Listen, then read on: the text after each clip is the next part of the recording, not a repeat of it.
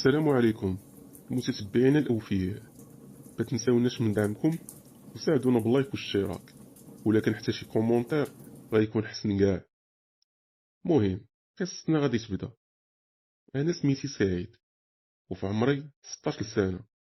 فاش كنت صغير يا لعبه في الحياه كانت الوالده كتخلعني بحالي بحال جميع الاطفال.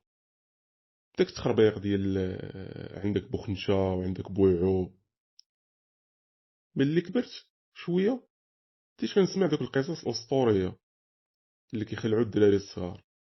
غير هو واخا انا كنت كنحس بالخوف اللي هو واحد الحاجه غريزيه في الانسان، ولكن الحاجه الغريبه اللي كانت عندي هي الاحساس ديال الخوف كان كيعجبني بزاف.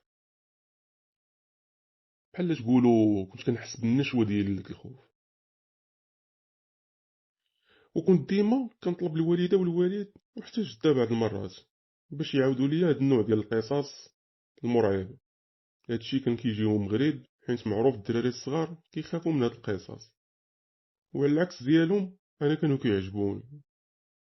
وهادشي هذا هو اللي غيدير ليا المشاكل ملي غنكبر شويه. المهم، زيرو الصمتة ويلا نستمتعوا بهاد القصة.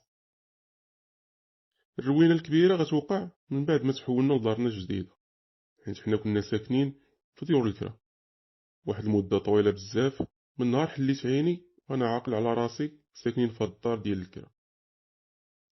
مهم، في هاد المدة هادي اللي حنا ساكنين في هاد الدار، الوالد كان مقاتل باش يدير لنا دار ديالنا حتى حنا بحال الناس. مشى شرا واحد الارض، واحد الفيلاج، وبنى فيها الساس وبدا يطلعها شويه بشويه حتى كملها. هنا ما بقى لنا والو غير نهزو رحيلنا.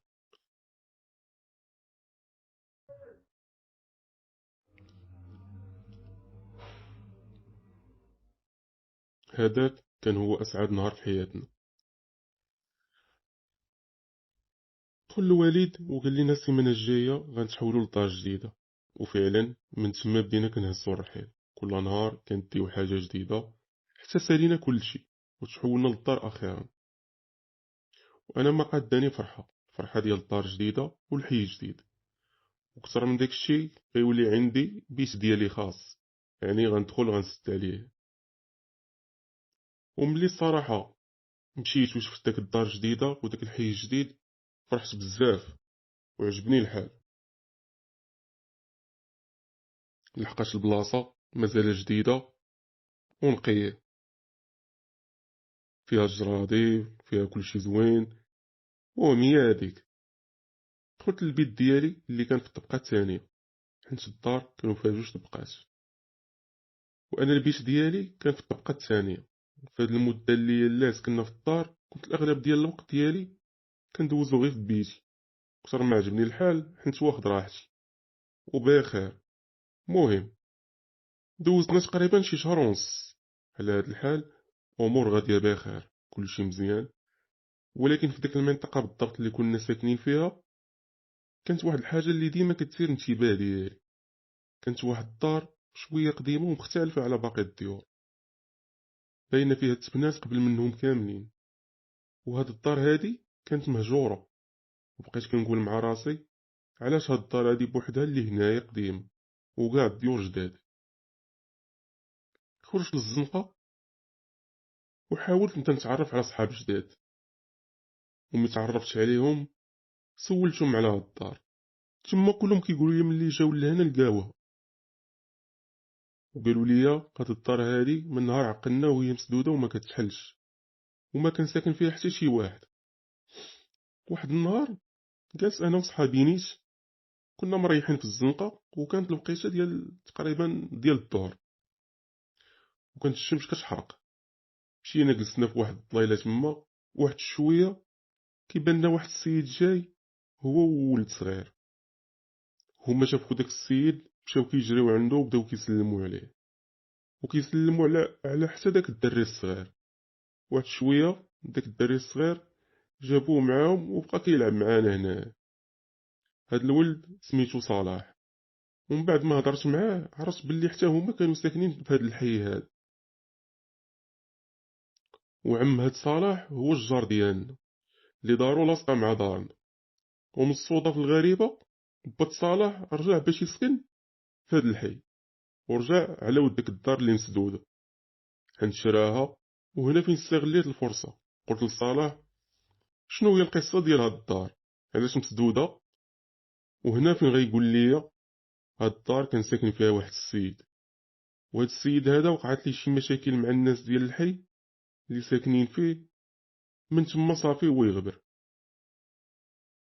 وبقات داك الدار مسدودة. الدراري الاخرين صحابي بقاو كيشوفوا فيه، تيقول لي مالك صاحبي مع الدار هادي، مني جيتي واش كتسول عليها، ولا لقيتيه كتسول عليه، مالك معاها. هنا فين قلت لهم الصراحة، قلت لهم الدراري ما عندي ما نخبي عليكم، انا كيعجبني داك العالم ديال الجنون والتخربيق، وهاد الدار هادي شحال وهي مسدودة في غالب الأحيان غيكونوا ساكنين فيها. الدراري صحابي بداو كيضحكوا عليا بحال ما عرف شنو قلت لهم. المهم داك النهار درت فراسي ما كاين والو، كملنا اللعب ديالنا وبقينا جالسين صافي، ونسينا داك العالم ديال الجنون وداك التخربيق. حتى لواحد النهار كنا جالسين في الزنقانيت، جا صلاح هو وباه، تما غنعرفوه بلي راه صافي راه غيجيبو الرحيل لداك الدار قريب. وجا عندنا صلاح وقال لينا واش تقدروا تجيو تعاونونا نقيو ديك الدار، وغيدور معاكم الوالد بطبيعة الحال. وحنا بدورنا كنا مازال دراري صغار وباغيين ديك التدويره محتاجين ليها. قلنا ليه مرحبا على الراس والعين. مشينا ديريكت كنتجراو لديك الدار، لقينا بات صالح تما كيتسنى. دخلنا للدار قال لينا هانتوما ولاد دابا غتعاونوني غنقيو هاد الدار شويه ونخرجوا هاد الزبل هذا كامل اللي فيها وهاد الاثاث القديم وغنلوحو، وغير بشويه باش ما يتاذى فيكم حتى شي واحد، وملي غتساليو غنتهلا فيكم. المهم طلعنا خدمنا في داك الطاج الاول، نقيناه مزيان، خرجنا كاع داكشي اللي فيه ديال الزبل على برا، وطلعنا للطاج الثاني باش نقيو. هاد الطاج كان عامر بالبيوت كلهم محلولين باستثناء واحد البيت واحد كان الباب ديالو مسدود. هنا جبت صلاح قال لينا شوفوا اولاد نقيو كاع هاد البيوت اللي كيبانوا ليكم، ولكن داك البيت اللي مسدود ما يوصل ليه حتى شي واحد. نقوا الدراري كلهم قالوا ليه صافي عمي كون هاني، ولكن انا كان عندي فضول واحد اخر. قلت مع راسي شنو غيكون كاع في هاد البيت بالسلام. بقينا كنجمعو داكشي اللي تما في ديك البيوت، ولكن عقلي كان مع داك البيت شنو فيه. واحد اللحظة كنلقى راسي بوحدي في دقة الدار، مشيت جيت الباب ديال داك البيت اللي كان مسدود، لقيت يدي على القفل ديال الباب، لقيت القفل محلول. واخا الباب مسدود ولكن القفل كان محلول، يعني كيتحل. دفعت داك الباب ودخلت، سديت عليا باب البيت، لقيت داك البيت فيه واحد الفراش وواحد الروينة كتير، وتما كلشي مخرب. زعما ماشي شي بيت منظم بالشغل، كاين شي سبب اللي غيخلي بات صلاح ولا ما تدخلوش لهاد البيت.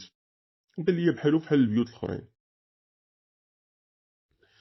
ولكن واخا هكا قلت مع راسي ضروري غتكون شي حاجه اللي هي مخليه يقولنا ما تدخلوش ليه.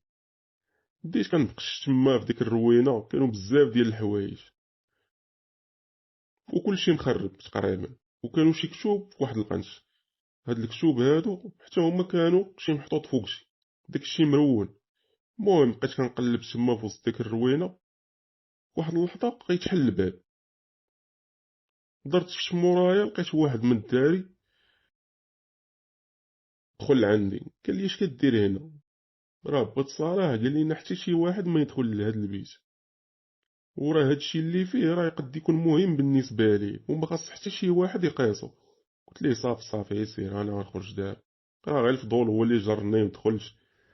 قال لي لا طلق راسك اصاحبي سير بك خرج قبل ما يلقانا، وصدق مجري لينا وما ناخدوش ديك التدويره اللي قال لينا. هي هاديك ما لقيتش كي ندير، خرجت مع الدري مشينا لواحد البيت، هزينا واحد الفيتو قديم هبطتو معاه حتى لحنا.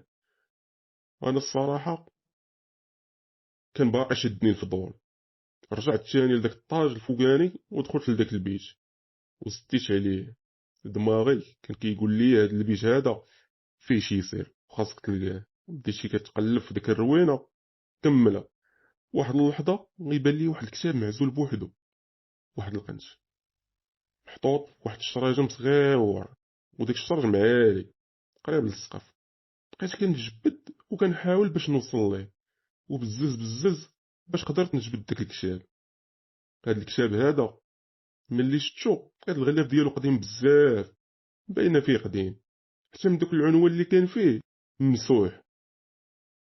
وهنا الاخوان كيسالي الجزء الاول ديالنا من القصه، وان شاء الله غنكملوا معكم في الجزء الثاني. ما تنساوش خليونا شي كومونتير.